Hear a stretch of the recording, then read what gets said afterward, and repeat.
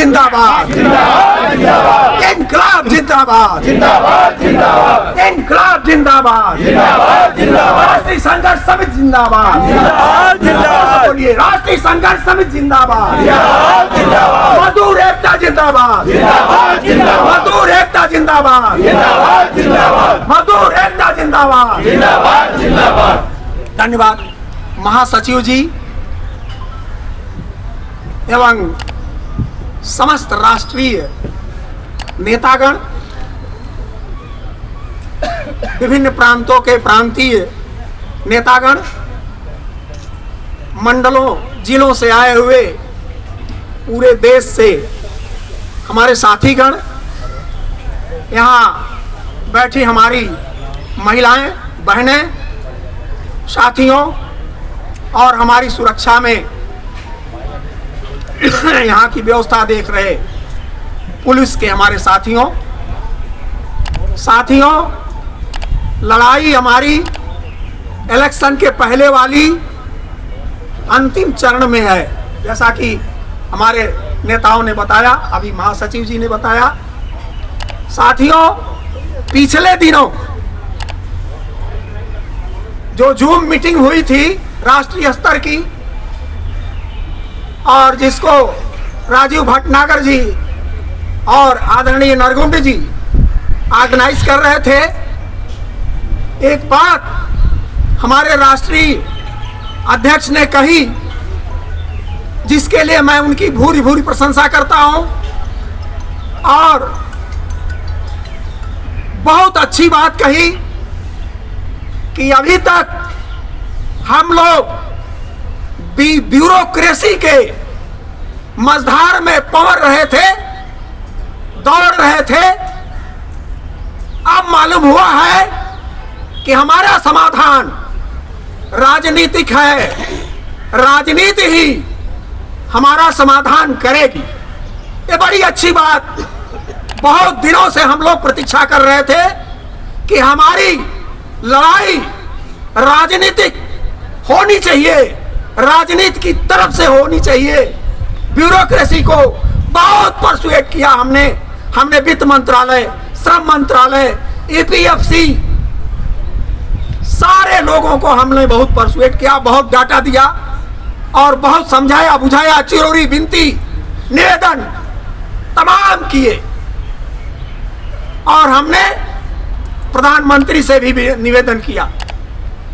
और एक जगह, वो नाम याद नहीं आ रहा है, महाराष्ट्र में कोई मंच लगा था सोलापुर में, वहां तो प्रधानमंत्री को जो ऑर्गेनाइजर था उस सभा का, उसने प्रधानमंत्री के उपस्थिति में उन्होंने कहा कि प्रधानमंत्री जी, ये भूखड़ लोग, ये दलित लोग आपके सामने बैठे हुए हैं, ईपीएस 95 वाले इस सभा में तमाम हैं और उन्हें और कितने दिनों से 6 साल से पूरे देश में ये धरना प्रदर्शन, क्रमिक अनशन, भूख हड़ताल तक कर चुके हैं और इन्हें मिनिमम 1000 पेंशन मिलती।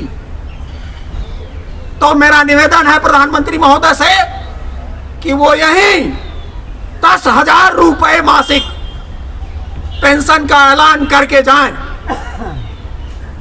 प्रधानमंत्री जी चुप बैठे रहे, अपने भाषण में कुछ भी नहीं कहा। साथियों, यही राजनीति है।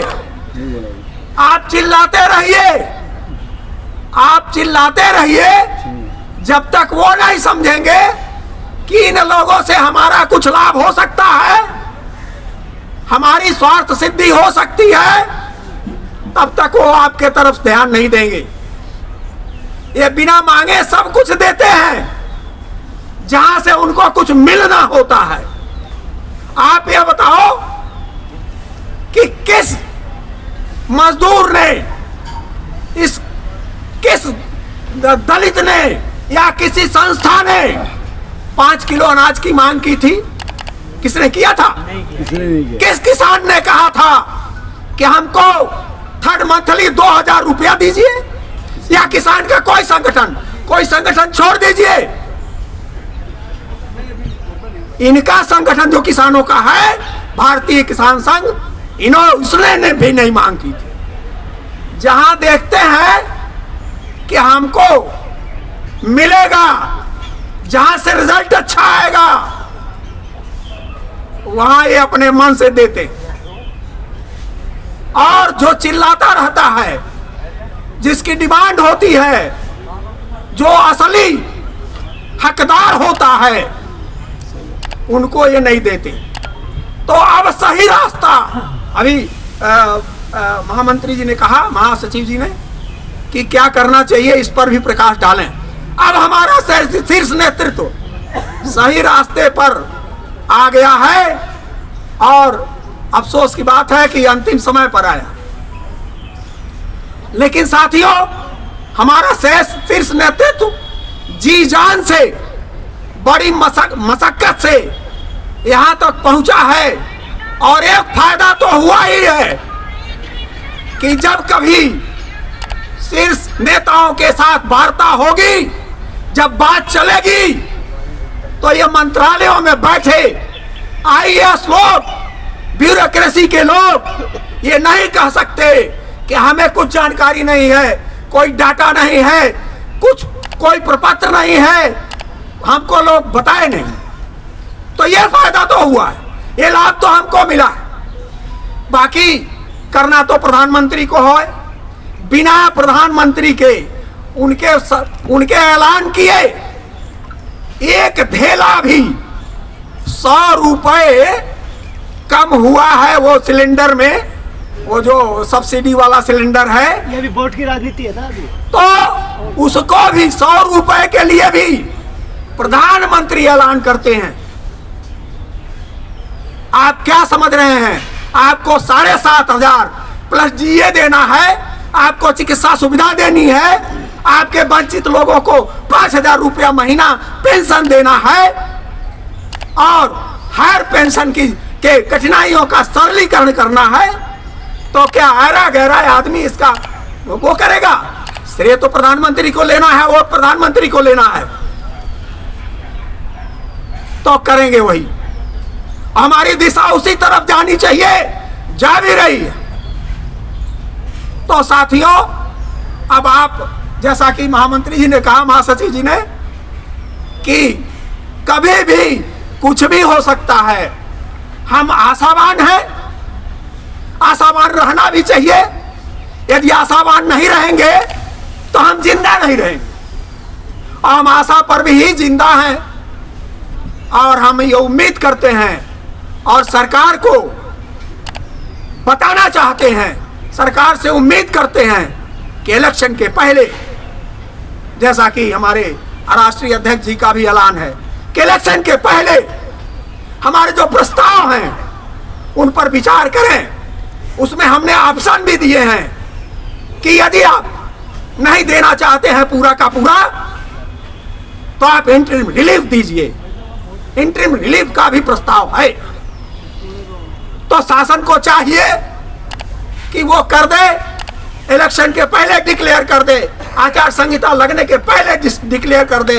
अन्यथा ये पूरे देश के एनएससी के लोग शासन को भी और रूलिंग पार्टी को भी ये बता देंगे कि हम भी इस देश के नागरिक हैं, हम भी इस देश के दलित हैं, मजलूम हैं, शोषित हैं, पीड़ित हैं। इलेक्शन आने दीजिए। साथियों, बहुत लोग बोलने वाले लोग हैं, अब बोलने के लिए तो हम लोग घंटों बोलने वाले लोग हैं। तो साथियों, और आपको पुनः एक बार ऊर्जावान देखना चाहता हूं, और आपसे निवेदन करता हूं कि आप राउत साहब के साथ, वीरेंद्र सिंह जी रजावत के साथ जी जान से लगे रहिए।